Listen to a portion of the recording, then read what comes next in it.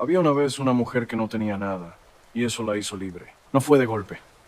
La libertad nunca llega de golpe. Llega como llega el amanecer sobre los ríos, primero como una línea apenas visible en el horizonte, luego como una promesa que se va cumpliendo con una paciencia que no pide aprobación. Así fue con Sofía. Así fue con todo lo que Sofía construyó en aquel lugar que el mundo había decidido abandonar. Escúchame, porque esta historia no es un simple relato. Es la crónica de una mujer que tomó lo que el mundo llamó basura y lo convirtió en palacio. Es la historia de cómo el corazón rehizo su propia casa y cómo en ese proceso, casi sin quererlo, casi sin buscarlo, se encontró con el amor más improbable y más verdadero que uno pueda imaginar. Pero para entenderla de verdad, para sentirla como merece ser sentida, hay que empezar desde el principio, desde antes del castillo, desde antes del río, desde antes incluso de que Sofía supiera que era capaz de todo lo que era capaz. Sofía Márquez nació en un pueblo pequeño donde los veranos olían a tierra seca y los inviernos a humo de leña. Nació en una casa modesta con una madre que tenía las manos siempre ocupadas y una voz que llenaba las habitaciones aunque no estuviera cantando. Su madre se llamaba Mercedes. Y Mercedes era de esas mujeres que el mundo no reconoce mientras viven, pero que dejan en sus hijos una marca tan profunda que toda la vida uno anda sintiéndola. Le enseñó a Sofía, sin decirlo con palabras, que el trabajo bien hecho es una forma de dignidad, que las cosas rotas merecen atención antes del juicio, que la belleza no vive solamente en lo nuevo y lo brillante, sino también, y a veces con más fuerza, en lo que ha sobrevivido. Mercedes murió cuando Sofía tenía 16 años. Una enfermedad que entonces no tenía nombre claro y que llegó despacio y se instaló sin pedir permiso, como se instalan las cosas que no tienen consideración. Sofía la cuidó hasta el final. Tenía 16 años y cuidó a su madre con una serenidad que asombró a las vecinas del barrio. Una serenidad que no era indiferencia, sino su forma particular de amar, callada y constante, como el agua que corre y corre sin hacer ruido, pero que al final forma cañones. Cuando Mercedes murió, Sofía quedó sola en la casa pequeña. Su padre había salido del cuadro mucho antes, de esa manera en que algunos hombres salen del cuadro, sin drama, simplemente dejando de estar. No había hermanos, no había tíos cercanos. Había vecinas que traían comida los primeros días y luego dejaban de traerla porque la vida de cada uno tiene sus propias urgencias. Y había Sofía, 16 años, mirando una casa que de pronto era demasiado grande para una sola persona. No se dobló, eso hay que decirlo. En los momentos en que la mayoría se habría doblado, Sofía hizo lo contrario. Se paró más derecha, no por heroísmo, no por fuerza especial, simplemente porque su madre le había enseñado, sin saberlo, que doblarse era una opción pero no la única. Trabajó, estudió por las noches cuando podía. Aprendió lo que el dinero le enseña a los pobres, que es más de lo que enseña a los ricos, porque el pobre no puede darse el lujo del error, y entonces aprende con una concentración que el privilegio no necesita. Aprendió a gestionar lo poco que tenía con una precisión que más tarde le serviría para gestionar lo mucho que vendría. Aprendió a ver en los objetos viejos no su deterioro, sino su historia. Aprendió, sin saber que estaba aprendiendo, a transformar. Con 22 años, conoció a Ernesto. Ernesto Soto era un hombre bueno. Hay que decirlo así, sin adornos, porque eso era lo que era, y los adornos le harían un flaco favor a la verdad. Era un hombre bueno, con las limitaciones de los hombres buenos, que no son también hombres brillantes. Era trabajador, era leal, era presente, que es más de lo que se puede decir de muchos. Amaba a Sofía con esa clase de amor constante que no tiene grandes gestos, pero que tampoco tiene grandes ausencias. Era el amor de quien está ahí cuando te despiertas y cuando te acuestas. El amor que huele a café por las mañanas y a jabón por las noches. El amor que no te lleva a las alturas, pero tampoco te suelta en el vacío. Se casaron. Construyeron juntos una vida pequeña y suficiente. Hubo risas y hubo peleas, y hubo años buenos y años difíciles, que es como son todas las vidas cuando uno tiene el coraje de no idealizarlas. Hubo también, en el tercer año de matrimonio, un niño. El niño no sobrevivió. Llegó al mundo en las primeras horas de un amanecer de enero y se fue antes de que ese amanecer terminara. Sofía nunca habló de eso con nadie que no fuera Ernesto. No porque no doliera, sino porque había dolores que Sofía intuía que si los sacaba al mundo exterior se volvían más grandes. Y este dolor era ya tan grande que no podía arriesgarse a hacerlo más. Lo guardó en un lugar muy dentro de ella, como se guarda algo precioso que no tiene caja adecuada, con el cuidado de quien sabe que no va a soltar, pero que tampoco puede exhibir. Lo que sí cambió en ella después de eso fue la ternura. La ternura de Sofía se volvió diferente, más honda, menos ruidosa. La ternura de quien sabe exactamente cuánto puede perder y elige amar de todas formas. Y eso, esa ternura transformada, fue quizás el regalo más inesperado de una pérdida que no tenía ningún regalo visible. La enfermedad de Ernesto llegó 10 años después del matrimonio y se quedó 4 años más. 4 años en que Sofía fue madre y enfermera y sostén económico y compañera. Todo al mismo tiempo. Todo con la misma constancia silenciosa con que había hecho todo en su vida. Ernesto murió un jueves de febrero sin dramatismos. Se fue como había vivido, tranquilo, sin hacer ruido innecesario, dejando detrás una cama ordenada y libros forrados con papel de periódico que llenarían una caja entera. La viudez de Sofía no fue el derrumbe que las vecinas esperaban. Fue más extraña que eso. Fue una especie de claridad, como si la vida, al quitarle tanto, le hubiera dejado ver con más nitidez lo que quedaba. Y lo que quedaba era ella misma, sus manos, su manera de ver las cosas, su capacidad, heredada de Mercedes sin que nadie se la dijera en voz alta, de transformar. En el pueblo la llamaban la viuda del arroyo, no con crueldad, que hay que aclararlo. Con esa familiaridad sin mala intención de los pueblos pequeños que necesitan un nombre para cada persona, una manera de ubicar a cada uno en el mapa conocido de lo cotidiano. La llamaban así porque Sofía tenía la costumbre de caminar junto al río al amanecer. Se levantaba antes de que el sol terminara de decidirse. Se ponía las botas que usaba para esos paseos y caminaba por el borde del agua en esa hora en que el mundo todavía no ha empezado a exigir. El río le daba algo que no sabía nombrar. Quizás era la constancia, el agua que siempre es agua, aunque nunca sea la misma agua. Quizás era el movimiento, la demostración cotidiana de que las cosas avanzan aunque uno no esté mirando. Quizás era simplemente el silencio mojado de las mañanas junto al agua, que era un silencio diferente al de la casa vacía. Un silencio que tenía su propio sonido y que por eso no pesaba de la misma manera. Recogía lo que la corriente dejaba, piedras de formas interesantes, maderas que el agua había pulido hasta hacerlas suaves como piel. A veces algún objeto que el río había traído desde algún lugar más arriba y que llegaba sin destinatario ni remitente, un mensaje en botella sin botella.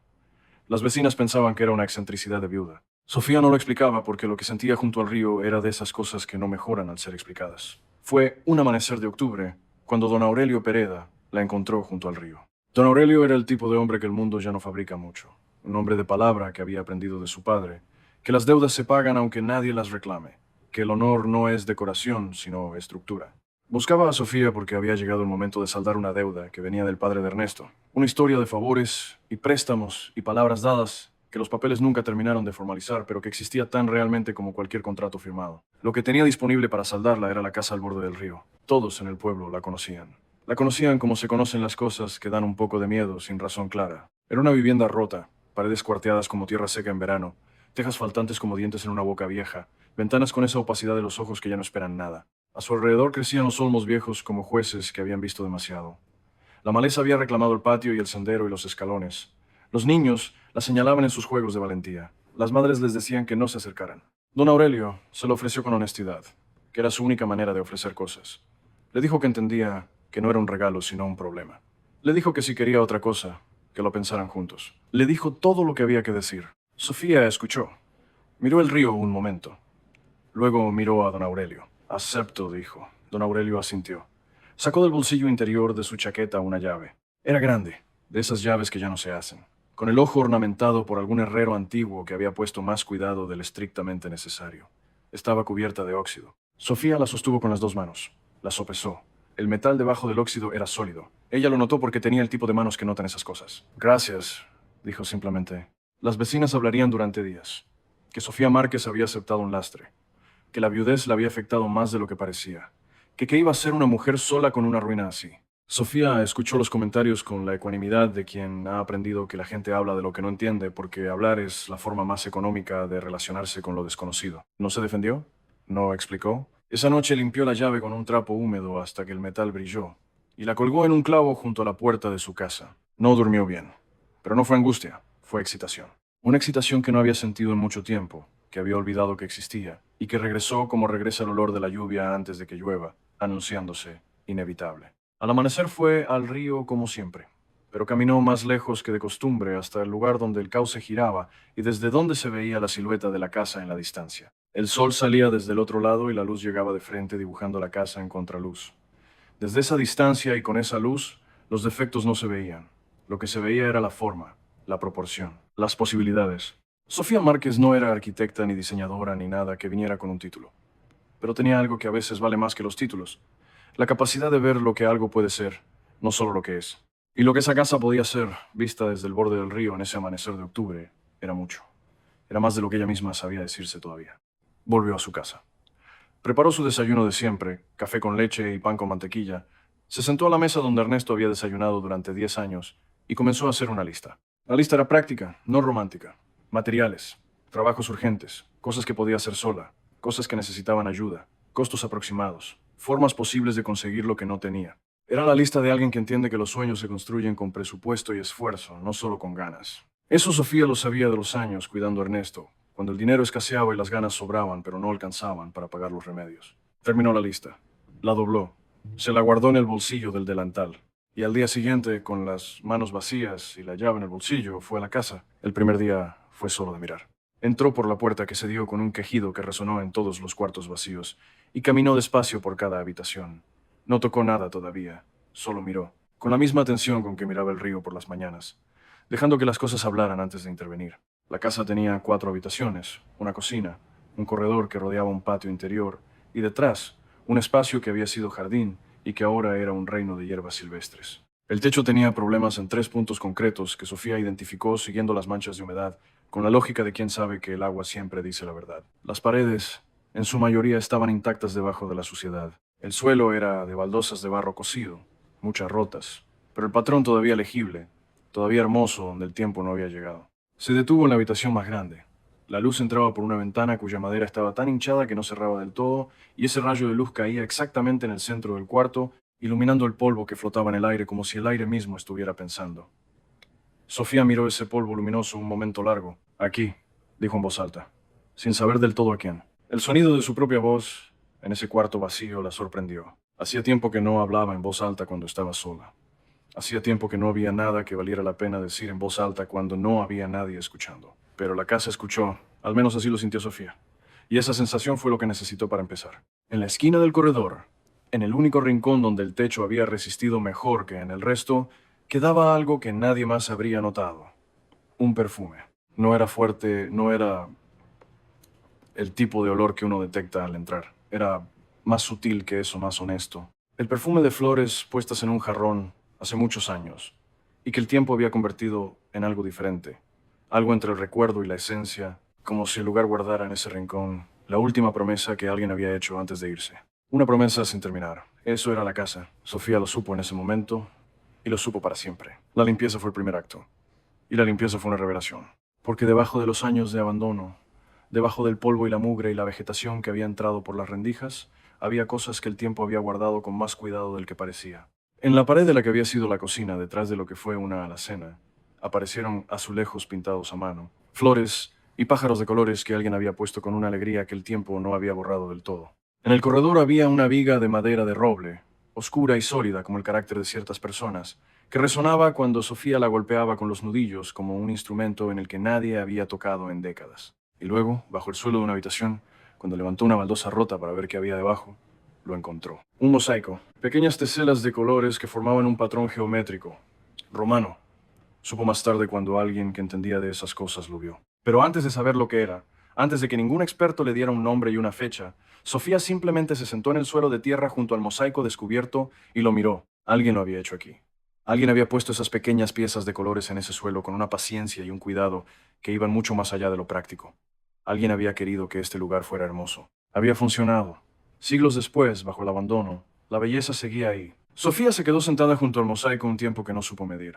Y cuando se levantó, algo había cambiado en ella que no sabría explicar con palabras, pero que era real. Era la certeza de que estaba haciendo lo correcto. No solo lo útil, no solo lo necesario, lo correcto. Los aldeanos la veían pasar con carretillas y escobas y baldes de agua. Algunos se detenían a mirar, algunos ofrecieron ayuda, y ella aceptó sin ceremonia, porque la ceremonia en los momentos de trabajo real es una pérdida de tiempo. La viuda del arroyo que limpiaba una ruina se convirtió en uno de esos espectáculos pequeños del pueblo que uno va a ver sin saber bien por qué, y que después, sin entender del todo cómo, recuerda durante años. Sofía respondía a las preguntas con brevedad. ¿Qué va a hacer con eso? ¿Arreglarlo? ¿Para qué? Para vivir, sola, por ahora. La respuesta por ahora tenía dentro algo que los que la escuchaban no supieron descifrar en ese momento. Era una puerta entreabierta, una posibilidad no anunciada. La misma convicción silenciosa que la había llevado a aceptar la llave oxidada de las manos de don Aurelio. El primer invierno en la casa fue duro, de la manera que son duros los primeros inviernos en los lugares nuevos. Sofía durmió en la habitación menos dañada, la que daba al corredor, envuelta en mantas remendadas sobre un colchón que había traído de su casa y que ocupaba el centro del cuarto como una barca varada. El frío entraba por las rendijas con la insistencia de visita que no entiende que no fue invitada. El viento que venía del río hacía crujir la madera en la noche con sonidos que en la oscuridad podían sonar a cualquier cosa. Sofía no les tenía miedo. Los aprendió como se aprende la voz de alguien que vive contigo. reconociéndolos, diferenciando el crujido del madero del norte del sur, sabiendo cuándo era el viento y cuándo era la propia casa asentándose, acomodándose, siguiendo siendo. Y les hablaba, no todo el tiempo, no con grandes discursos. Pero en las noches, cuando el frío era más persistente y el silencio más sólido, Sofía le hablaba a la casa, con la naturalidad de quien ha aprendido que la conversación no requiere que el otro responda en el mismo idioma. Le contaba de su madre Mercedes, de sus manos siempre ocupadas y su voz que llenaba las habitaciones. Le contaba de Ernesto y de la manera en que lo extrañaba, que no era la manera violenta de los primeros meses, sino una manera más tranquila y más permanente, la manera en que se extraña algo que fue parte de la estructura de la vida cotidiana. Le contaba del niño que había llegado y se había ido en la misma madrugada de enero, ese ser sin nombre que ella había amado ya, con toda la intensidad que hay disponible, y cuya ausencia había dejado en ella no solo dolor, sino también esa ternura diferente, más honda, la ternura de quien sabe exactamente qué puede perder y elige amar de todas formas. La casa escuchaba.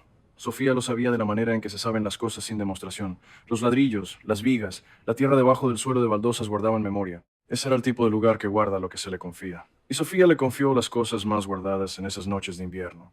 Y la casa respondió, no con palabras, sino con algo más concreto. Empezó a sentirse diferente, más viva, como si el acto de ser habitada y de ser hablada fuera exactamente lo que había estado esperando. La manera en que las cosas que han estado dormidas mucho tiempo despiertan, despacio, sin exigir nada, simplemente respondiendo a la presencia. Cuando llegó la primavera, llegó también la gente. No como voluntarios de gran causa, no con banderas ni discursos. Llegó como llega la gente cuando algo verdadero los llama, individualmente, con sus propias razones, a su propio ritmo. Fermín, el carpintero, tenía su taller a 3 calles del río. Era un hombre de pocas palabras y muchas horas, conocido en el pueblo por la manera en que tocaba la madera antes de trabajarla, como si primero necesitara presentarse, establecer una relación de respeto mutuo antes de comenzar la transformación. Llegó un martes por la mañana con una sierra bajo el brazo sin que nadie lo hubiera llamado. Me dijeron que tiene vigas que necesitan atención. Así es. ¿Puedo mirarlas? Y miró. Y se quedó toda la mañana. Y volvió el miércoles. Y el jueves. Fermín no hablaba mientras trabajaba porque para Fermín hablar y trabajar no cabían en el mismo momento. Pero en sus manos había una elocuencia que cualquier discurso envidiaría. Tocaba la madera con el respeto de quien sabe que en ella vive algo que merece ser preservado. Y trabajaba con una concentración que hacía silencio a su alrededor, el tipo de silencio que se produce cuando alguien está haciendo exactamente lo que sabe hacer y lo sabe perfectamente. Un día, mientras reparaba una de las vigas del corredor, tomó un poco del mortero fresco que Sofía había preparado para otra cosa y con la yema del dedo dibujó en la pared una silueta de pájaro, pequeña, casi invisible, sin decirle nada a nadie. Sofía la descubrió días después cuando la cal secó y se quedó mirándola un buen rato sin entender del todo por qué ese pequeño pájaro en la pared la conmovía más que muchas cosas grandes. Luego lo entendió, porque era una firma sin nombre. Era Fermín diciéndole a la casa, sin palabras, que él también había estado ahí, que también dejaba algo. Llegó después Tomás, el albañil, un hombre grande con manos que parecían hechas de la misma materia que las paredes que construía. Tenía una teoría que compartía con quien quisiera escucharla, que una pared podía contar una vida entera si alguien sabía leerla. No lo decía por filosofía barata, lo decía porque él mismo podía leer las paredes. Podía ver en las capas de pintura superpuestas, en los remiendos de distintas épocas, en la manera en que unas piedras distintas habían sido incorporadas en distintos momentos, la historia de todos los que habían vivido en un lugar y lo habían ido modificando a su paso. Esta casa ha visto mucho, le dijo a Sofía una tarde mientras mezclaba mortero. Eso parece, dijo Sofía. Es bueno.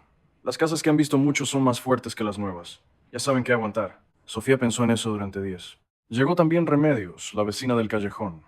Remedios era una mujer que cosía con la velocidad de quien tiene demasiadas cosas que hacer y no puede darse el lujo de ir despacio. Apareció con una máquina de coser portátil y la proposición directa, sin preguntar precio ni pedir permiso, de hacer las cortinas para las habitaciones que Sofía estaba arreglando. Midió las ventanas con una cinta que sacó del delantal y 2 semanas después trajo telas que había elegido con un criterio que no explicó pero que era exactamente correcto. Ese criterio que tienen las personas que conocen su trabajo también, que las decisiones se vuelven instinto. Pero Remedios trajo algo más. Trajo macetas. Eran macetas de geranios rojos.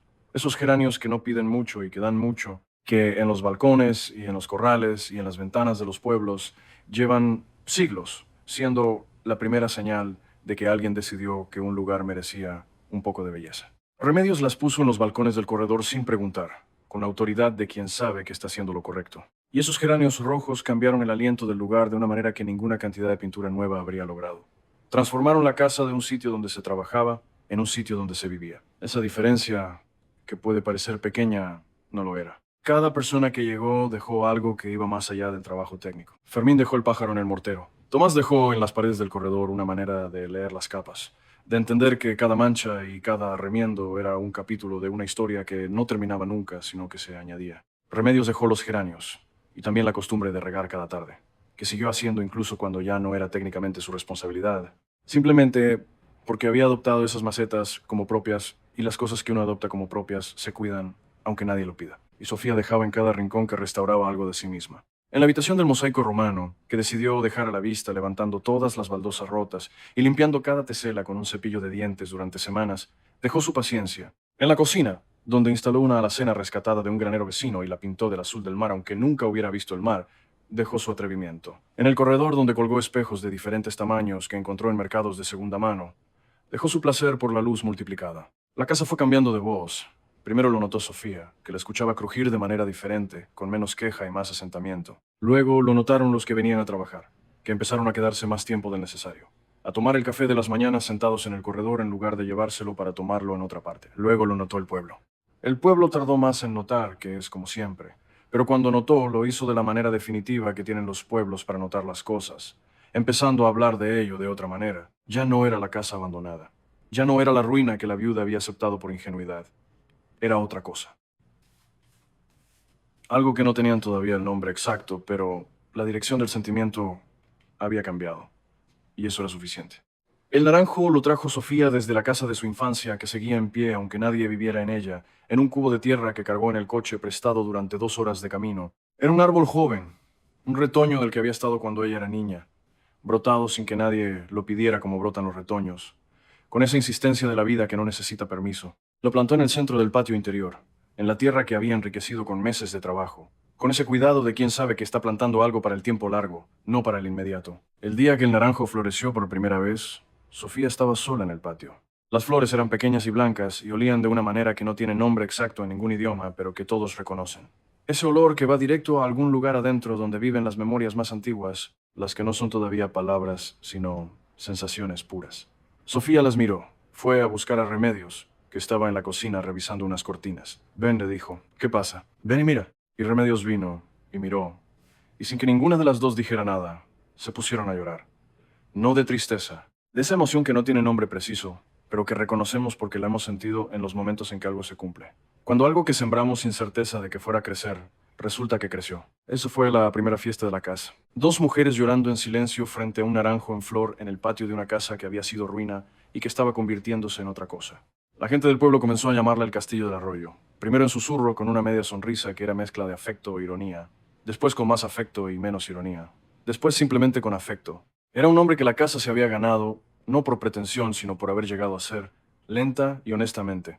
Algo que merecía un nombre propio. Sofía lo escuchó por primera vez de boca de una niña que pasaba por el camino y se detuvo a señalarla a otra niña. Es el Castillo del Arroyo, dijo con la autoridad de quien informa algo que ya es dato establecido. Sofía las escuchó desde el corredor. No dijo nada.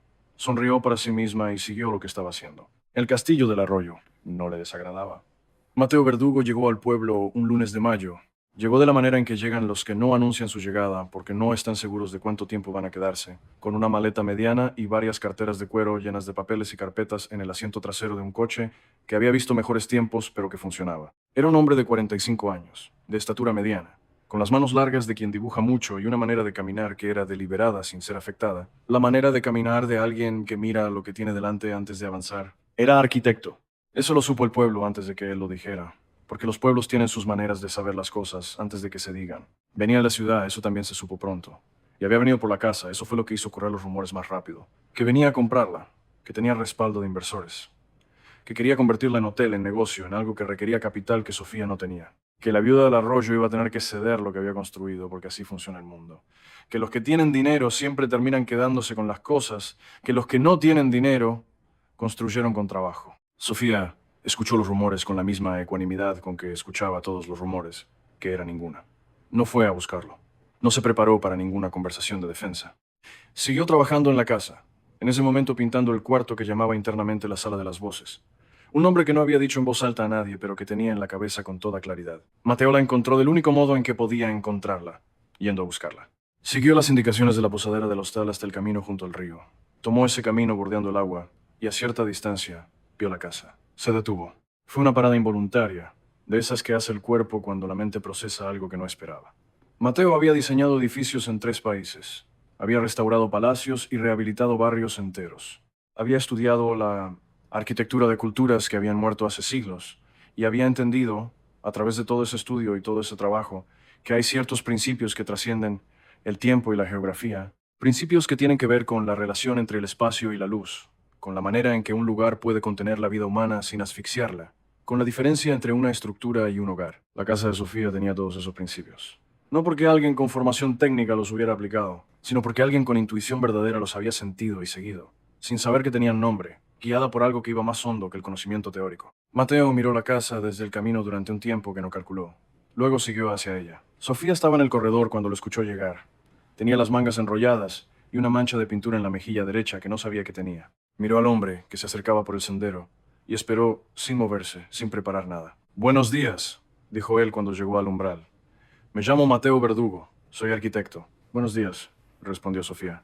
«Pase si quiere». No hubo nada dramático en ese primer encuentro. No hubo reconocimiento instantáneo de almas destinadas. No hubo música invisible. No hubo mirada que lo dijera todo de golpe. Hubo algo más interesante que todo eso. Hubo respeto mutuo, inmediato, entre dos personas que reconocen en el otro un tipo de seriedad que se aprecia precisamente porque escasea. Mateo entró.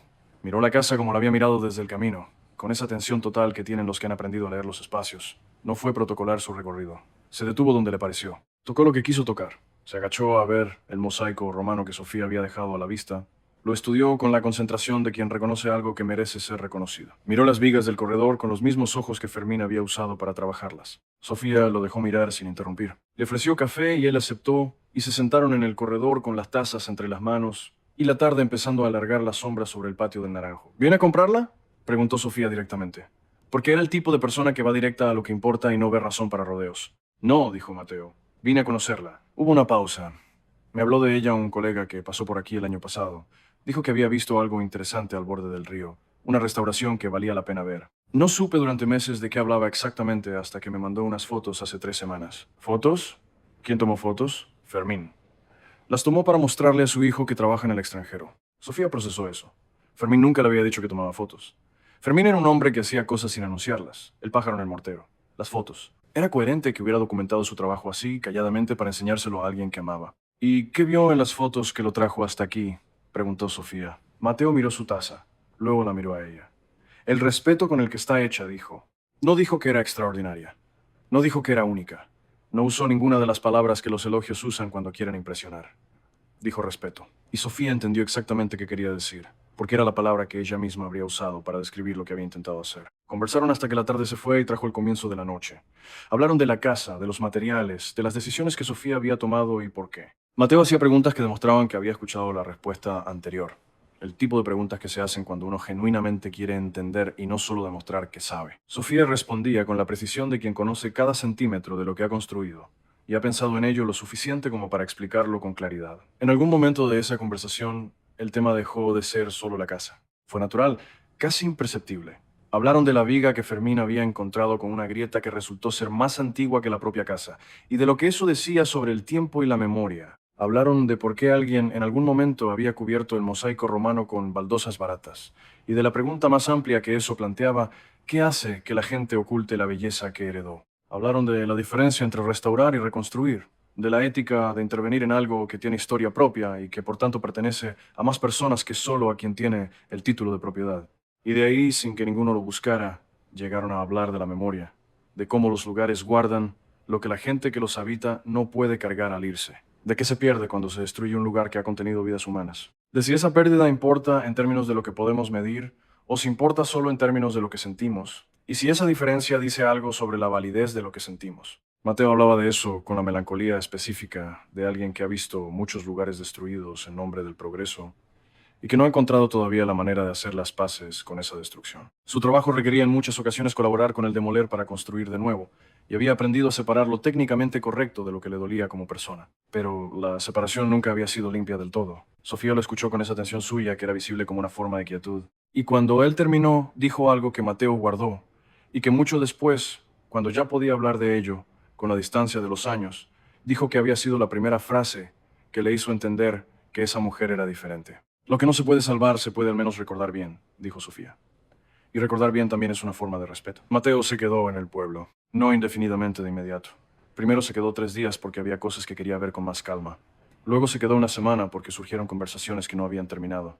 Luego dejó de contar los días porque contar los días implica que uno está calculando cuándo irse y Mateo había dejado de calcular eso sin advertirlo. Tenía trabajo pendiente en la ciudad, proyectos que no podían detenerse indefinidamente. Pero tenía también esa sensación que los que la han experimentado reconocen sin necesidad de explicación. La sensación de que si se iba ahora algo se cerraría que no sería fácil volver a abrir.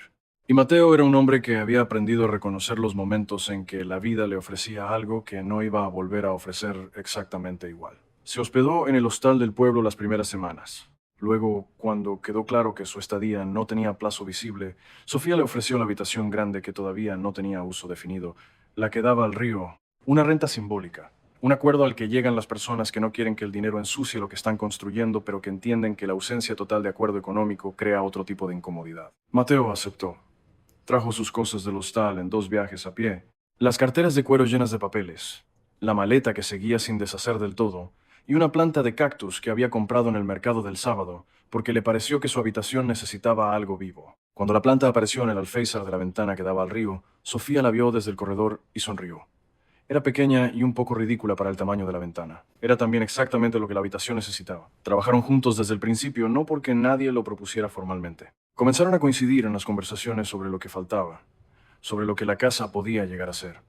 Y esas conversaciones derivaban naturalmente en planes, y los planes derivaban naturalmente en trabajo compartido. Mateo tenía lo que Sofía no tenía: la formación técnica para saber qué era estructuralmente posible, los contactos para conseguir materiales específicos, la experiencia con los procesos de restauración que evitaban errores costosos. Sofía tenía lo que Mateo no tenía: el conocimiento íntimo del lugar, la comprensión de su carácter, la relación con la comunidad que lo rodeaba, y la capacidad de ver lo que debía preservarse antes de que alguien con formación técnica pudiera clasificarlo como prescindible. Eran, juntos, mejores que solos. Eso lo descubrieron sin que nadie lo dijera, simplemente trabajando. El proyecto que más reveló esa complementariedad fue la sala de las voces. Sofía la había tenido en mente desde el principio, esa habitación grande donde quería crear algo que no sabía del todo nombrar. Cuando se lo dijo a Mateo con esas palabras exactas, la sala de las voces, sin definición técnica, sin programa de uso especificado, él no le pidió que lo explicara. Pensó un momento con esa quietud suya de quien piensa de verdad antes de hablar. Y luego dijo: ¿una sala donde pueda escucharse tanto el que habla como el que escucha? Sí, dijo Sofía. Exactamente eso. Mateo dibujó 3 opciones de disposición del espacio. Sofía eligió la que creaba más puntos de encuentro sin jerarquías, sin que ningún lugar de la sala fuera claramente mejor o peor que otro. Discutieron los materiales durante una tarde entera en el corredor con las tazas de café frías entre las manos. Mateo propuso acabados que eran técnicamente superiores, pero que Sofía rechazó porque no pertenecían al espíritu del lugar. Sofía propuso colores que Mateo cuestionó con argumentos estructurales y que ella defendió con argumentos que no eran estructurales, pero que eran igualmente válidos. Al final llegaron a algo que era mejor que cualquiera de las propuestas individuales. Así fue siempre entre ellos: el desacuerdo productivo. La discusión honesta que no termina en rendición de uno hacia el otro, sino en algo nuevo que ninguno habría encontrado solo. En esas semanas de trabajo conjunto, la comunidad comenzó a notarlos de otra manera. Los veían en el corredor con planos extendidos entre los dos, señalando y argumentando. Los veían caminando por el pueblo en conversaciones que tenían la intensidad de algo importante. Los veían en el mercado del sábado, Sofía eligiendo materiales y Mateo cuestionando la elección, y Sofía explicando con una paciencia que sugería que encontraba placer en esa explicación. El pueblo habló, como hablan los pueblos, pero el tono había cambiado. Ya no era el tono de la lástima ni del escepticismo. Era otro tono, más templado y más cálido. El tono de quienes observan que 2 personas se están encontrando y que eso les parece bien al mundo. Sofía lo ignoraba con elegancia. Tenía demasiado trabajo real para ocuparse del relato que otros construían sobre su vida. Pero en las noches, cuando el trabajo había terminado y la casa estaba en silencio, y Mateo se había retirado a su habitación, Sofía se sentaba en el corredor con una taza de té y escuchaba el río. Y notaba que el silencio era diferente. No el silencio del primer invierno, que era denso con la soledad de una persona que vive sola entre cosas que todavía no son lo que quiere que sean. Era un silencio más ligero, más habitado, el silencio de una casa donde hay otra presencia, otro ritmo, otra manera de ocupar el espacio. No lo analizaba, solo lo notaba. Fue en la cocina donde lo supieron los dos al mismo tiempo. Era una tarde de julio, esas tardes que tienen un calor seco que hace que todo se ralentice, que las conversaciones sean más lentas y más verdaderas, porque el calor le quita a la gente el apuro y le devuelve algo más honesto. Sofía hacía conservas de tomate, esa labor larga y aromática que requiere atención continua, pero que deja la mente libre para pensar. Mateo estaba en la mesa con sus papeles, revisando algo o pretendiendo revisar algo, porque en realidad llevaba rato mirando la forma en que Sofía se movía entre la estufa y la mesa, esa eficiencia tranquila de quien ha hecho la misma cosa miles de veces y la hace sin pensar, con el cuerpo, con una gracia que no tiene nada de espectacular, pero que es imposible dejar de ver. Sofía giró para alcanzar algo en el estante y lo encontró mirándola. Ninguno de los dos dijo nada. El silencio duró apenas unos segundos, pero fue de los silencios que pesan, de los que contienen más que la mayoría de las conversaciones.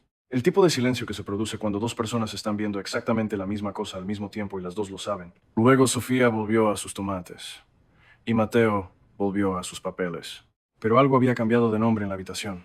No en su naturaleza, que llevaba tiempo siendo lo que era. Solo había cambiado de nombre. Había pasado de la categoría de las cosas no nombradas a la categoría de las cosas reconocidas, que es diferente aunque parezca lo mismo. Esa noche Mateo tocó a su puerta cuando la luna ya estaba alta. Sofía lo escuchó desde la cocina donde seguía, como siempre cuando no podía dormir, en la compañía del fuego bajo de la estufa y el sonido constante del río. Pasa, dijo. Mateo entró. Se sentó al otro lado de la mesa con las manos juntas encima de ella, esas manos largas, y la miró con la misma honestidad directa con que hacía todo. No sé bien cómo decir esto, dijo. Entonces no lo digas todavía, dijo Sofía. Toma un té. Mateo tomó el té. Sofía se sentó frente a él. El fuego bajo de la estufa hacía su sonido de contentor. El río se escuchaba desde afuera. El naranjo del patio dejaba entrar por la ventana entreabierta un rastro de su olor que a esa hora de la noche era más concentrado, más dulce. Me pasó algo esta tarde, dijo Mateo al fin.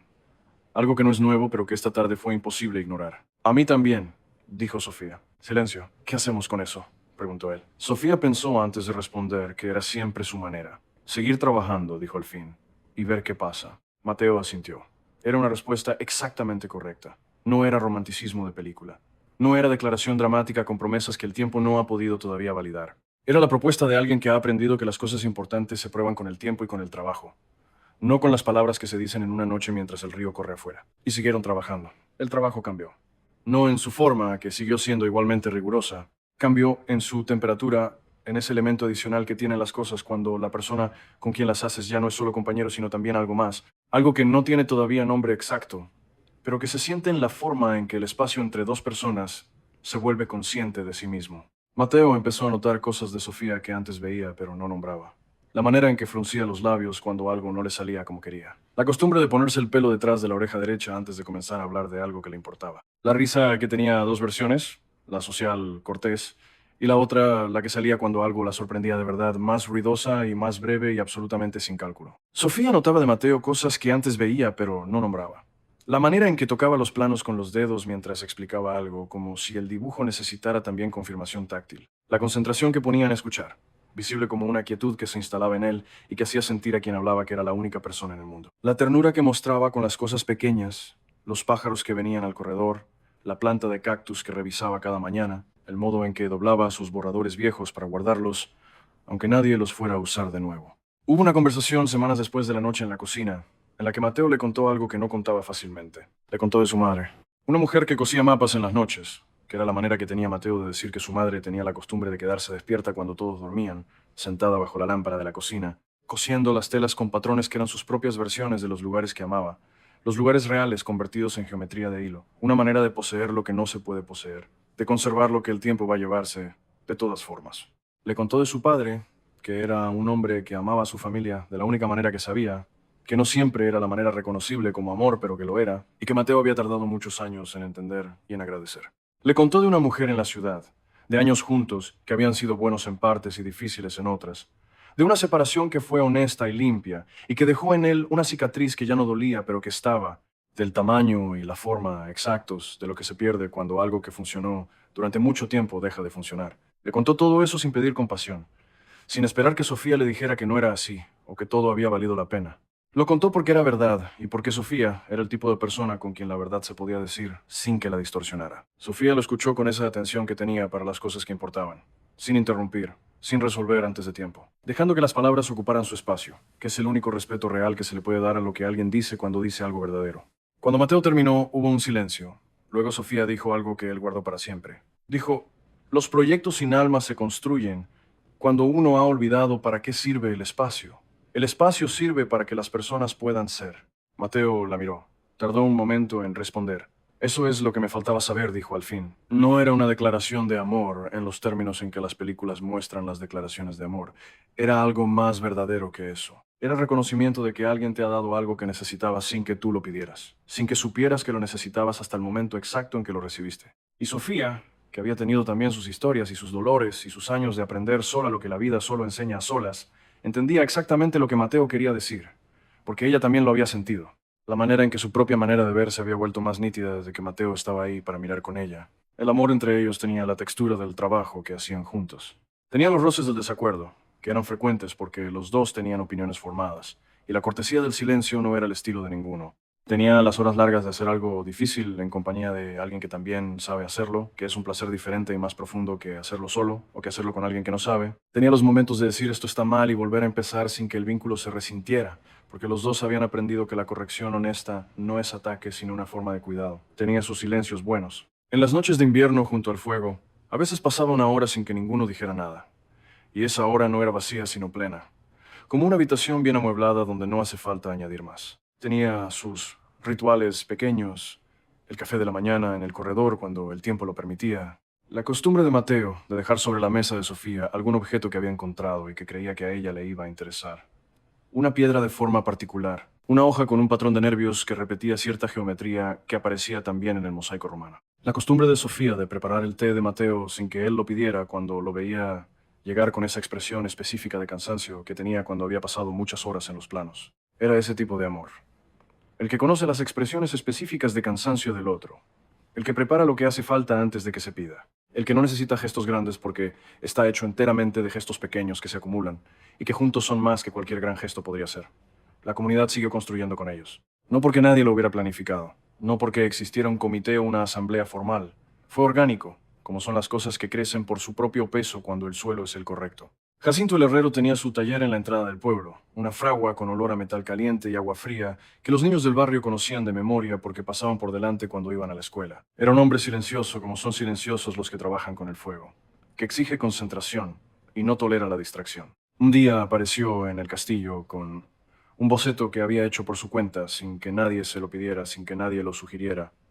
Era un boceto de rejas, no rejas comunes, rejas con motivos de olmo, las hojas del árbol que crecían en la ribera reproducidas en hierro forjado con un detalle tal, con una precisión tal, que cuando Sofía lo miró la primera vez, sintió que las hojas podían moverse si el viento lo decidía. Jacinto las había estado haciendo en los ratos libres, que para un herrero con trabajo son pocos, pero que Jacinto había encontrado, porque para hacer lo que uno verdaderamente quiere hacer, siempre se encuentran los ratos aunque no existan. ¿Cuánto tiempo te tomó?, preguntó Sofía. Varios meses, dijo Jacinto. ¿En los ratos? Sofía sostuvo el boceto. Lo miró durante un tiempo. Luego lo miró a él.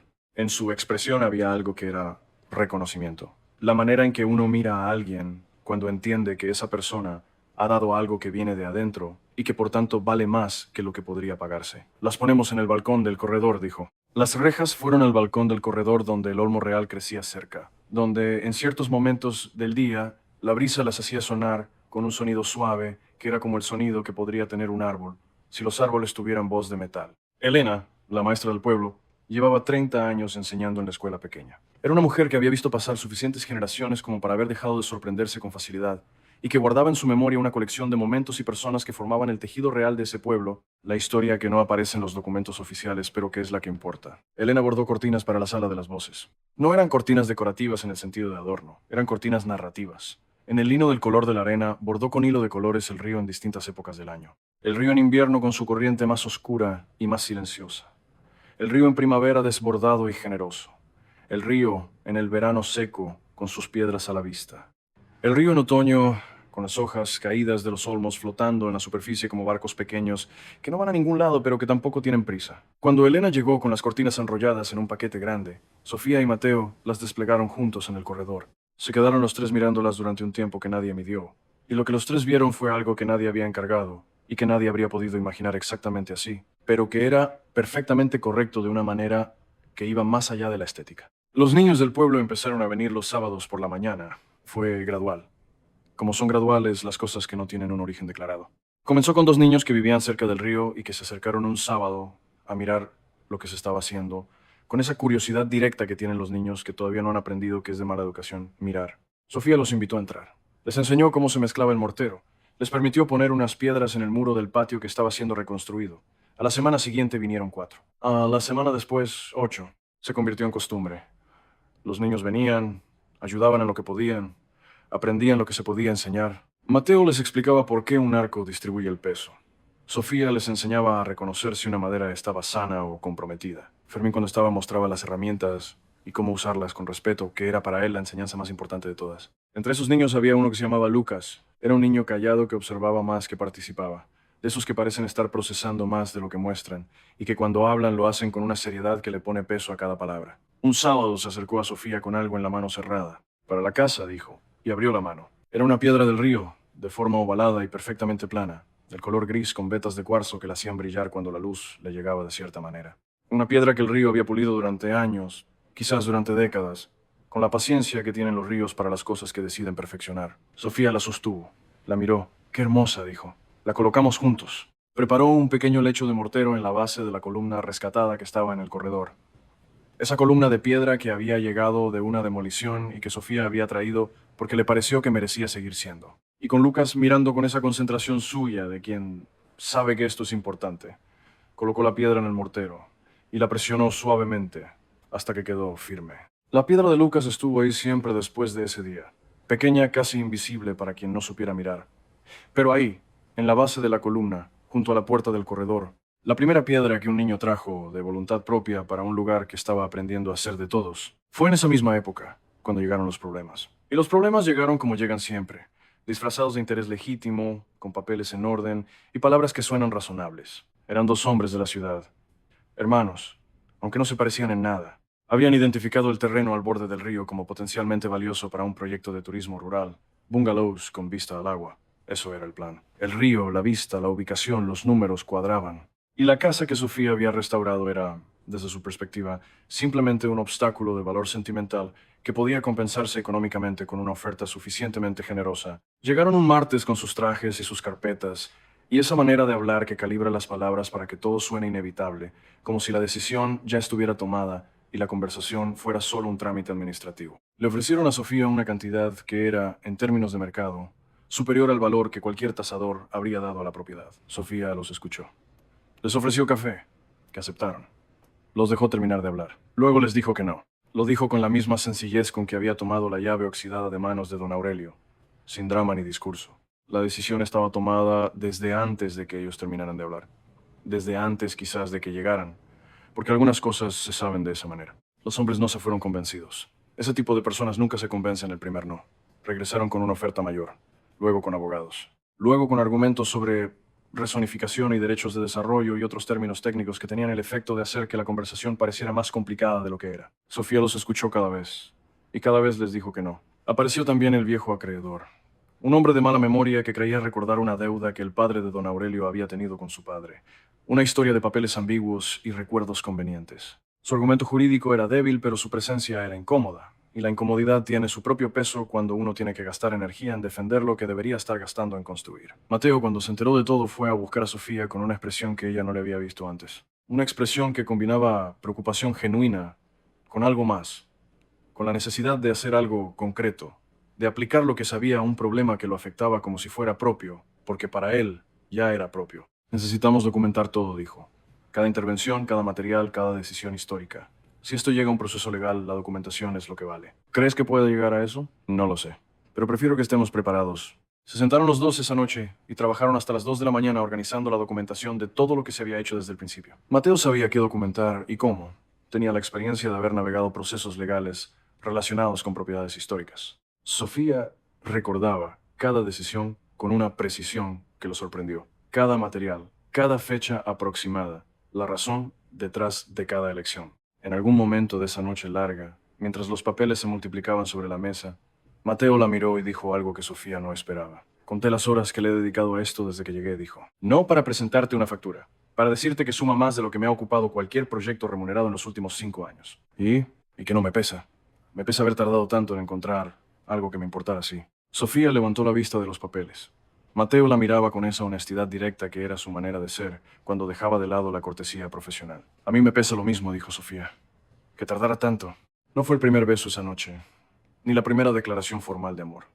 Fue simplemente la primera vez que los dos dijeron en voz alta lo que llevaban tiempo sabiendo. Y después siguieron trabajando hasta las 2 de la mañana porque había documentación que preparar. Y porque eso, exactamente eso, era también una forma de amor. La comunidad respondió de la manera que responden las comunidades cuando algo que les importa está amenazado, con una solidez que nadie había organizado pero que existía porque había sido construida ladrillo a ladrillo durante meses de trabajo compartido. Elena, la maestra, pasó semanas revisando los archivos de la escuela y del registro civil buscando documentación histórica sobre la propiedad.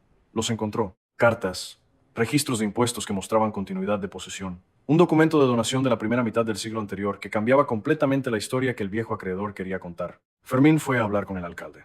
Sin discurso preparado, con la directitud de quien tiene una queja legítima y no necesita adornarla.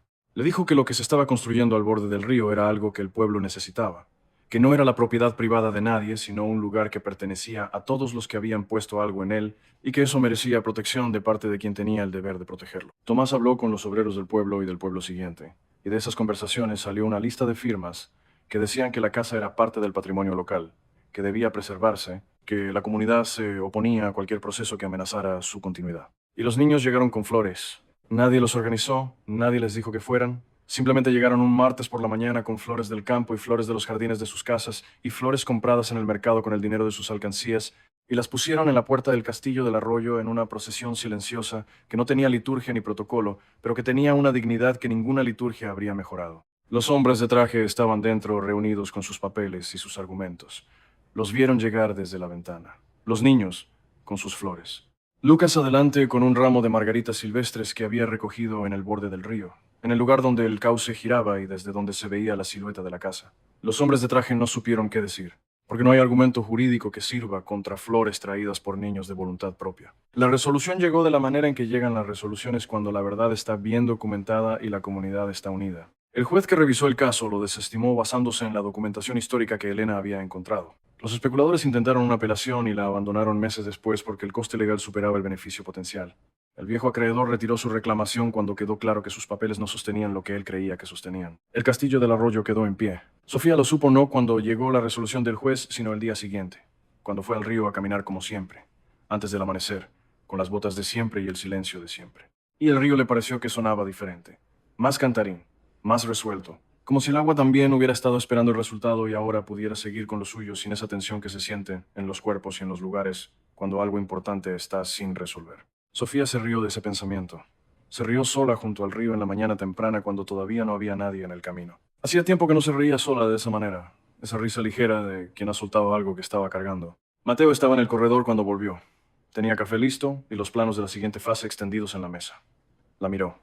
Ella lo miró. No necesitaron palabras para saber que los dos sabían que algo había terminado y algo iba a empezar. El río estaba cantarino esta mañana, dijo Sofía. Mateo sonrió.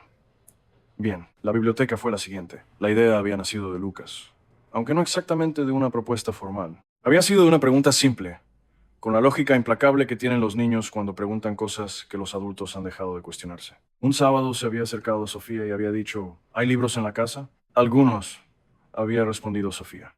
¿Pero un lugar para los libros de todos? Un lugar para los libros de todos. Sofía y Mateo lo habían discutido esa semana, varias tardes, con ese ritmo suyo de llegar a las cosas juntos. El espacio que quedaba al fondo del corredor, el que tenía la ventana que daba directamente al naranjo, era el correcto.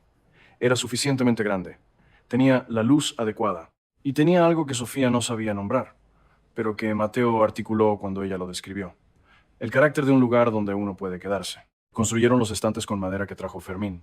Madera que él mismo eligió porque para Fermín la madera no era un material genérico, sino una serie de decisiones específicas que tenían consecuencias. Los construyeron Sofía y Mateo con sus propias manos, siguiendo las instrucciones de Fermín, que observaba y corregía sin tomar las herramientas, porque Fermín entendía que algunas cosas deben hacerlas quienes van a vivirlas. Los libros llegaron de todas partes. El pueblo donó lo que tenía, que era más de lo que esperaban, porque la gente guarda libros aunque no los esté leyendo, por esa lealtad particular que existe entre las personas y los libros que alguna vez importaron. Elena trajo cajas de la escuela, libros que ya no se usaban en el currículo, pero que podían seguir siendo útiles en otro contexto. Mateo trajo los suyos de la ciudad en varios viajes, los libros de arquitectura y los de historia y los de geografía y los de poesía que había acumulado durante años y que en su departamento ocupaban espacios sin ser leídos con la frecuencia que merecían. Sofía trajo los de Ernesto. Ernesto había sido un lector silencioso. No hablaba de los libros que leía, pero los trataba con cuidado, los forraba con papel de periódico para protegerlos. Les ponía su nombre en la primera página con letra pequeña y cuidada, esa letra de quien escribe algo que quiere que dure. Cuando murió, Sofía había guardado sus libros sin abrirlos, en cajas en el cuarto que había sido de él. Los abrió por primera vez para llevarlos a la biblioteca, y los llevó uno por uno, leyendo el nombre de Ernesto en cada primera página, y los puso en los estantes nuevos con la misma precaución con que él los había tratado.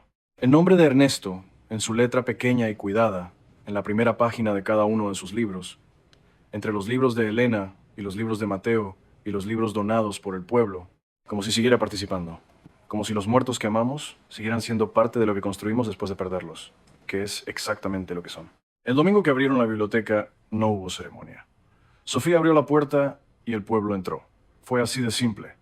Los niños corrieron a buscar libros con ilustraciones. Los adultos se acercaron a los estantes con esa cautela que tienen las personas que no han tenido mucho acceso a los libros y que los respetan con una distancia que a veces impide disfrutarlos. Elena fue de persona en persona señalando libros, preguntando qué les gustaba, orientando. Lucas encontró un libro de geografía con mapas grandes. Se sentó en el suelo junto a la ventana del naranjo y no se movió durante 2 horas. Su dedo recorriendo los contornos de continentes que nunca había visto, los nombres de ríos que no eran su río, las alturas de montañas que no eran sus colinas. Sofía lo observó desde la puerta y sintió algo que era difícil de nombrar, pero que estaba cerca de lo que siente alguien, cuando ve que algo que hizo con sus manos tiene exactamente el efecto que esperaba, cuando la realidad coincide con la intención, cuando lo que uno imaginó que podría ser resulta que es. Mateo se puso a su lado. Le dije a un colega que estaba aquí haciendo algo interesante, dijo. Me preguntó en qué proyecto estaba.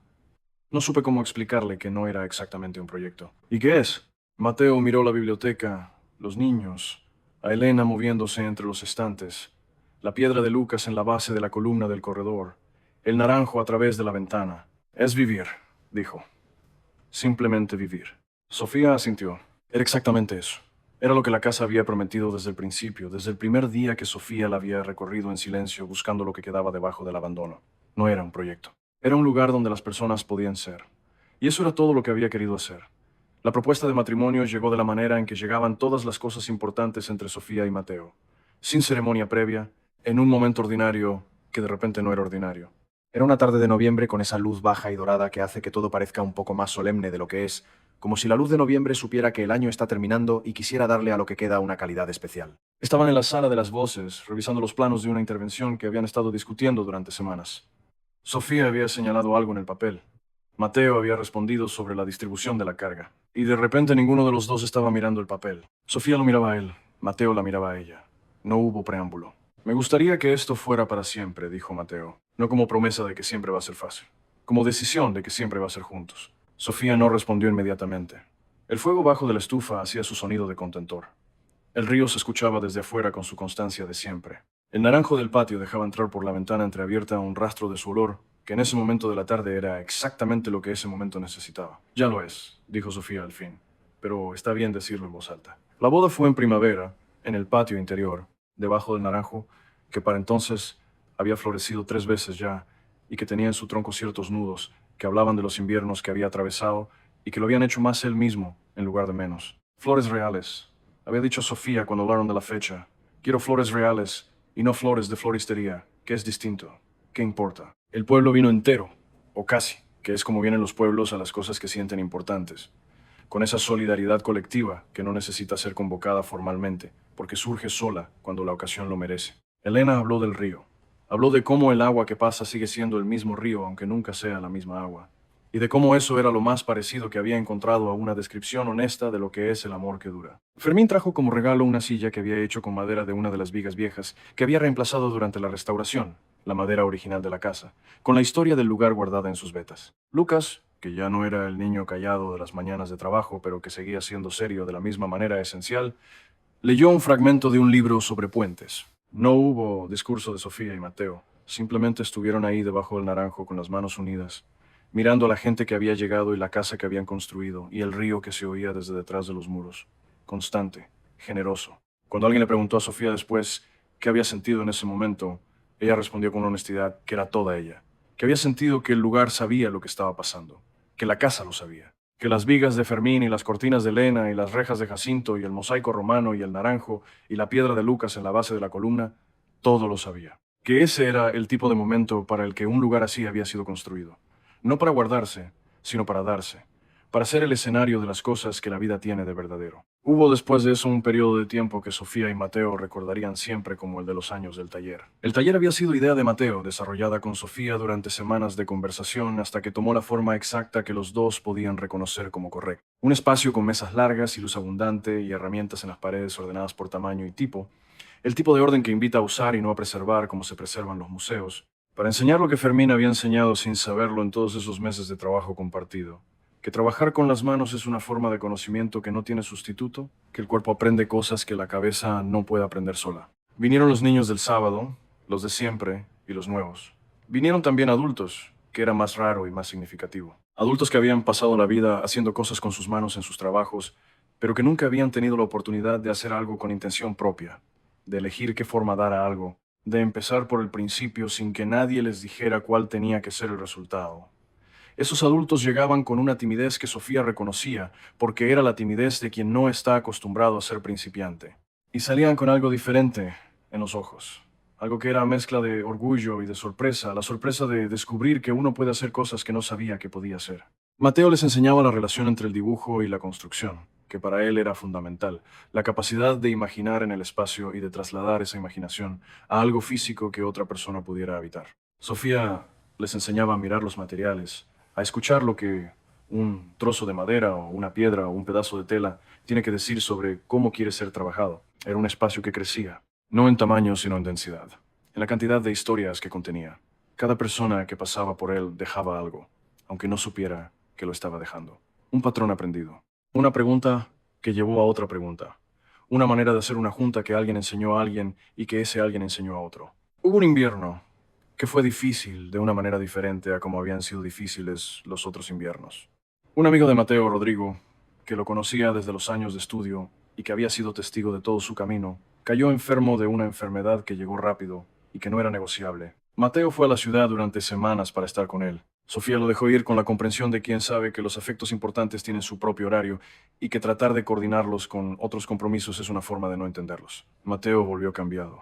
No roto, que sería inexacto. Cambiado en el sentido en que cambia la gente cuando ve de cerca lo que importa y lo que no importa, cuando la proximidad de una pérdida reorganiza involuntariamente las prioridades que uno tenía solo de manera teórica. Rodrigo murió en marzo. Mateo no habló de ello durante días. Sofía no le preguntó. Le preparó el té cuando lo veía llegar con esa expresión. Estuvo cerca sin estar encima, que es la forma más difícil y más necesaria de acompañar. Una noche, tarde, Mateo habló, le contó de Rodrigo. No de su enfermedad ni de su muerte, que eran los hechos, sino de quién había sido, que era la persona. Le contó de Rodrigo que en el primer año de estudios le había prestado sus apuntes sin pedirle nada a cambio porque había visto que Mateo estaba perdido y había decidido sin preguntarle si quería ayuda que iba a ayudarlo de todas formas. Del Rodrigo que tenía la capacidad de hacer reír a la gente en los momentos más inapropiados de una manera que de alguna forma siempre era exactamente lo que el momento necesitaba. Del Rodrigo que había construido una vida que desde afuera podía parecer modesta y que desde adentro era riquísima, llena de personas que lo amaban, y de lugares que conocía bien, y de placeres pequeños que disfrutaba sin disculparse. Sofía lo escuchó. Cuando Mateo terminó dijo, lo que describes es una vida bien vívida. Sí, dijo Mateo, la mejor clase de vida que existe. Sí, silencio. ¿Crees que la nuestra lo es? Sofía pensó antes de responder. Creo que estamos intentándolo de verdad, dijo. Y eso es más de lo que mucha gente llega a intentar. Mateo asintió. Le tomó la mano sobre la mesa. Esa mano blanca y pequeña de Sofía dentro de la suya larga y marcada por el dibujo y el trabajo. Se quedaron así durante un tiempo que no midieron, con Rodrigo presente entre ellos de la manera en que están presentes los que se van, que no es una presencia visible pero que es real. Hubo también conflictos. El más serio llegó en el segundo año del matrimonio, cuando Mateo recibió una oferta de trabajo en otro país. Un proyecto grande, de los que definen carreras, de los que se presentan una sola vez. La oferta llegó con buenos términos, con un equipo que él conocía y respetaba, con la posibilidad de hacer algo que quedaría de pie durante siglos. Se lo contó a Sofía la noche que llegó el correo, en la cocina, sin rodeos. Sofía lo escuchó. No dijo nada durante un tiempo suficientemente largo como para que Mateo sintiera el peso de lo que había puesto encima de la mesa. ¿Quieres ir?, preguntó ella al fin. No es eso lo que te pregunto, dijo Mateo. ¿Qué me preguntas entonces? Sofía lo miró. Te pregunto si crees que deberías ir. Era una pregunta diferente. Mateo la entendió como diferente. Pasaron un rato en silencio con esa pregunta entre los dos, que era incómodo del modo en que son incómodos los silencios honestos, los que no tienen respuesta fácil, y por eso se quedan un rato en el aire esperando que alguien los tome. Creo, dijo Mateo al fin, que hace 6 meses habría dicho que sí, que era exactamente el tipo de proyecto que necesitaba, pero no es hace 6 meses. Y ahora no sé si lo que construyo aquí cabe en una maleta. Sofía se levantó. Fue a la ventana. Miró hacia afuera, aunque era de noche y no había mucho que ver. Luego se giró. Lo que construyes aquí no cabe en una maleta, dijo, pero tú sí. Y si quieres ir, yo no soy la razón para quedarte. ¿Y qué sería la razón para quedarme? Sofía pensó antes de responder. Lo que hagas mañana, dijo. Lo que puedas hacer mañana aquí, que no puedas hacer en ningún otro lado. Eso es la razón. Mateo no fue. No porque Sofía lo hubiera pedido que se quedara, que no lo había pedido. Se quedó porque cuando pensó con honestidad en lo que haría mañana en cada uno de los dos lugares, él aquí tenía más. No necesariamente más espectacular ni más reconocido, más real, más suyo, pero la conversación los cambió de una manera que no fue inmediatamente visible. Los hizo más conscientes de lo que estaban eligiendo, de que la vida es una serie de elecciones que se hacen con lo que se tiene disponible, y que cada elección es también una renuncia a otras cosas, y que eso no es una tragedia, sino simplemente la condición de vivir con intención. Lucas creció, no solo en años, que también, sino en la manera en que crecen las personas que tienen algo dentro que las impulsa hacia adelante con una dirección que nunca fue completamente elegida, sino más bien descubierta. Estudió en la ciudad, arquitectura, que no fue sorpresa para nadie que lo había conocido desde los sábados en el castillo. Volvió al pueblo con 30 años, con una barba que contradecía algo de su seriedad habitual, aunque no la cambiara en lo esencial. Fue a buscar a Sofía una tarde que era como muchas tardes, pero que no lo era. Le trajo una piedra del río, no la misma que había traído de niño, sino una nueva, de otra forma y otro color, pero recogida en el mismo borde del agua donde el cauce giraba y desde donde se veía la silueta del castillo. Para la casa, dijo, con la misma sencillez de cuando tenía 9 años. Sofía la sostuvo, la sopesó. ¿Dónde la ponemos? Lucas miró alrededor con esa concentración suya.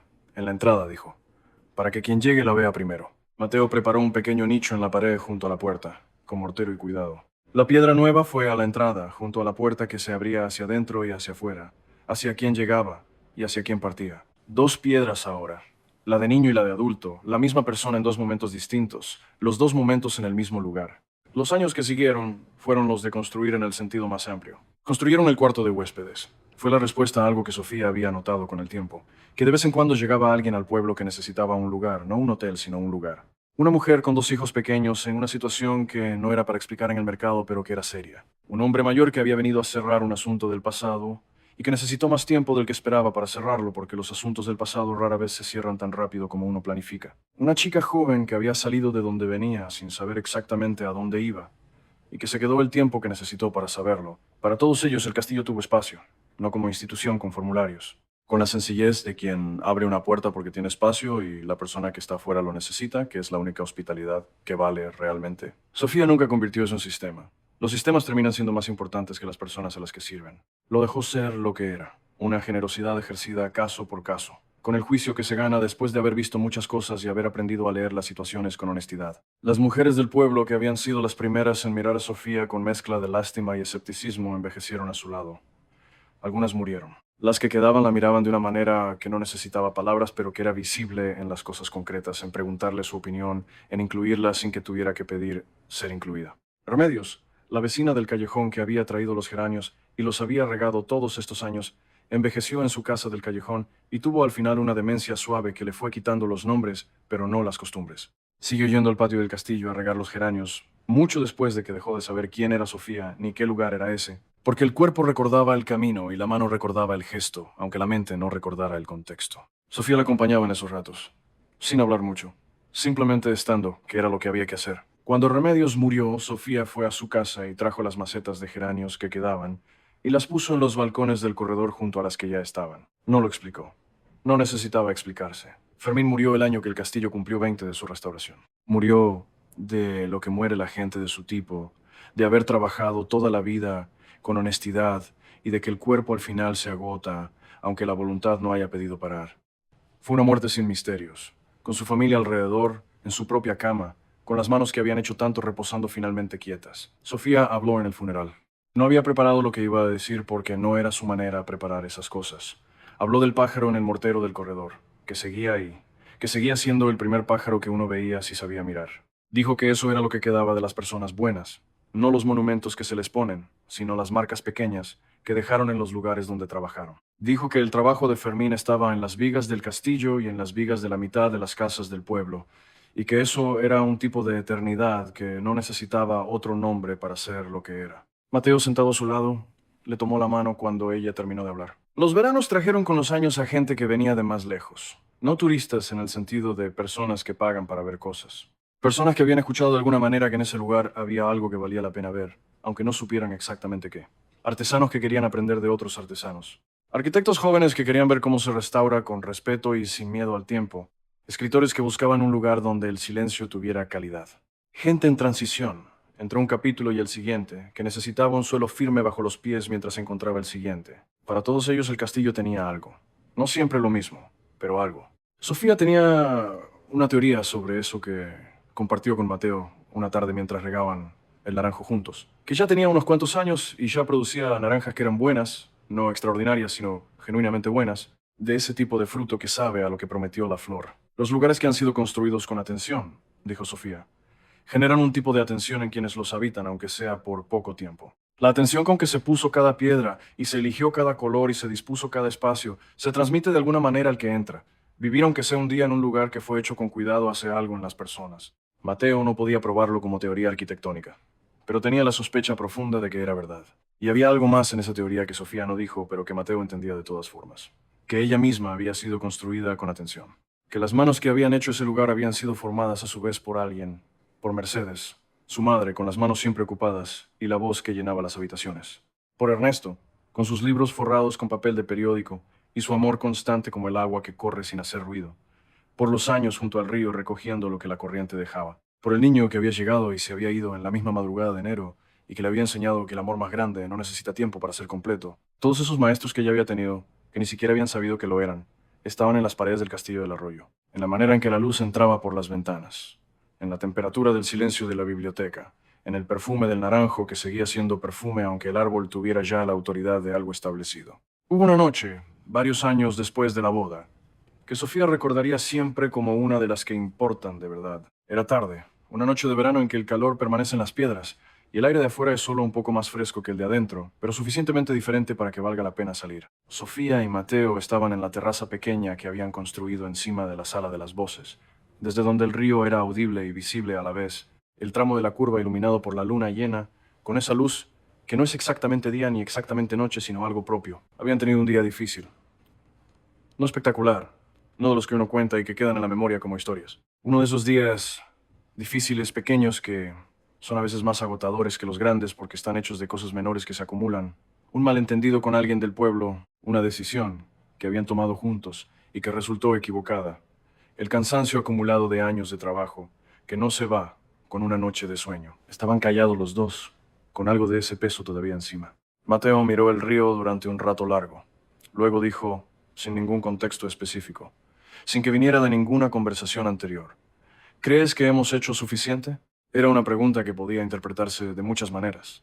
Sofía no pidió que la aclarara. Respondió a la que le pareció que importaba. No creo que suficiente sea la medida correcta, dijo. Creo que hemos hecho lo que pudimos con lo que teníamos. Y eso es todo lo que cualquiera puede hacer. Mateo asintió. El río hacía su ruido de siempre. La luna seguía siendo la luna. Y si no fue bastante, insistió él. Sofía lo miró. Entonces fue lo que fue, dijo. Y fue mejor de lo que habría sido sin nosotros. Eso también cuenta. Hubo silencio. Luego Mateo se giró hacia ella. En su expresión había algo que Sofía reconoció como alivio. El alivio específico de alguien a quien le han confirmado algo que necesitaba escuchar, pero que no habría buscado solo. Le tomó la mano. Ella la dejó. Se quedaron así mirando el río hasta que el fresco de la noche los hizo entrar. El día que Sofía y Mateo se sentaron en el banco del mirador que dominaba el río, ya eran canosos los dos. No de golpe, que el tiempo no llega de golpe aunque a veces lo parezca. Había llegado de la manera en que llega siempre, en silencio, convirtiendo lo que era de un color en lo que era de otro, sin que ninguna de las dos personas involucradas señalara exactamente el momento del cambio. Era una tarde de otoño con esa luz baja que tiene octubre, la luz que hace que las sombras sean largas y claras a la vez, que los objetos ordinarios parezcan más ellos mismos de lo que parecen en la luz directa del verano. El río estaba más quieto que de costumbre, con esa quietud que tiene el agua cuando el viento descansa. Mateo la miró. «Hiciste esto con tus manos», dijo. Su voz tenía la textura de las voces que han aprendido a no gastar palabras en lo que no importa y que cuando hablan de lo que importa lo hacen con una economía que es la forma más alta de la seriedad. Sofía apoyó la cabeza en su hombro, sus manos sobre las de él, esas manos que habían hecho tanto juntas, que habían tocado tanta madera y mezclado tanto mortero y sostenido tantos planos y preparado tanto café y sembrado tanto y cosechado tanto. «Lo hicimos», dijo. «Tú me diste la trazabilidad. Yo te enseñé a entender el alma de la madera». Se rieron. Era una risa de los dos, esa risa que solo existe entre personas que llevan muchos años compartiendo cosas, que tiene memoria y tiene raíces, que no es solo reacción ante algo gracioso, sino también el afecto acumulado de todos esos años encontrando salida. Callaron. El silencio entre ellos, como siempre, estaba lleno. El río seguía su camino. El castillo seguía de pie. El naranjo del patio interior tenía esa tarde dos naranjas que nadie había recogido todavía y que brillaban en la luz de octubre como dos pequeñas lámparas que no necesitaban que nadie las encendiera. Sofía las veía desde el banco del mirador.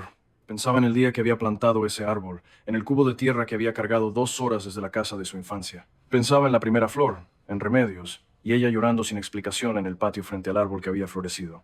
Pensaba en todos los inviernos en que el árbol había quedado desnudo y en todas las primaveras en que había vuelto. Pensaba en lo que había dicho Mateo una vez, que los árboles tienen buena estructura, que la estructura es lo que queda cuando todo lo demás se va. Tenía razón. Y también tenía razón cuando ella le había respondido que además queda el olor, aunque no haya flores, aunque sea invierno, aunque nadie esté mirando. Los árboles saben esperar, dijo Sofía en voz alta, sin terminar el pensamiento porque no necesitaba terminarlo. Mateo la entendió de todas formas. Todo lo que vale la pena sabe esperar, dijo. El río los escuchó y siguió su camino. ¿Qué es lo que hacen los ríos con lo que escuchan? Lo llevan consigo sin guardarlo. Lo dejan ir río abajo hacia donde van todas las cosas que el tiempo recibe. Y permíteme cerrarte esta historia con lo que guardo de ella. No el final espectacular, que no lo tiene. Porque las historias verdaderas no terminan con un punto, sino con una respiración. Lo que guardo es la imagen de Sofía Márquez, una mujer que no tenía nada, caminando junto al río en las mañanas antes de que el mundo se despertara, recogiendo lo que la corriente dejaba porque había aprendido de alguna manera que lo que el río deja merece atención. Que las cosas que llegan sin haber sido pedidas son a veces las más importantes. Lo que guardo es la llave oxidada en sus manos y su decisión de limpiarla hasta que el metal brillara. Lo que guardo es el pájaro de Fermín en el mortero del corredor, pequeño, casi invisible, la firma sin nombre de alguien que estuvo ahí y quiso que el lugar lo supiera. Lo que guardo es la piedra de Lucas en la base de la columna, y luego la segunda piedra de Lucas junto a la puerta, el mismo niño serio en 2 momentos distintos, trayendo al lugar lo que el río le había dado. Lo que guardo es Mateo diciéndole a Sofía que había tardado tanto en encontrar algo que le importara así, y Sofía diciéndole que a ella le pasaba lo mismo. Lo que guardo es el naranjo floreciendo en primavera porque los árboles saben esperar. Porque la vida que ha sobrevivido el invierno florece con más convicción que la que nunca ha pasado frío. Porque eso es lo que esta historia dice si se la escucha despacio. Que la grandeza verdadera no vive en los títulos, ni en los muros que separan, sino en la capacidad de transformar lo desechado en dignidad. Que las ruinas guardan en sus vigas la misma memoria que los palacios. Que construir con respeto es siempre más difícil y siempre más hermoso que construir con dinero. Que el amor que nace entre trabajo y conversación y discrepancias y horas largas de hacer algo difícil juntos es el amor que dura. No porque sea más intenso que el amor que llega de golpe, sino porque está hecho de la misma materia que la vida cotidiana. Y la vida cotidiana es lo que somos la mayor parte del tiempo. Y que si alguna vez recibes una llave oxidada de una casa que todo el mundo desprecia, tal vez recuerdes que las cosas rotas merecen atención antes del juicio. Que debajo del abandono a veces hay un mosaico esperando que alguien lo descubra. Que los lugares que han sido amados guardan esa memoria aunque nadie los esté mirando. Que donde hay manos que reconstruyen, siempre florece la esperanza. El castillo del arroyo sigue en pie. El naranjo sigue floreciendo. La piedra de Lucas sigue junto a la puerta. Y el río sigue cantando porque los ríos saben que su trabajo nunca termina. Y saben también que eso no es una condena, sino un privilegio.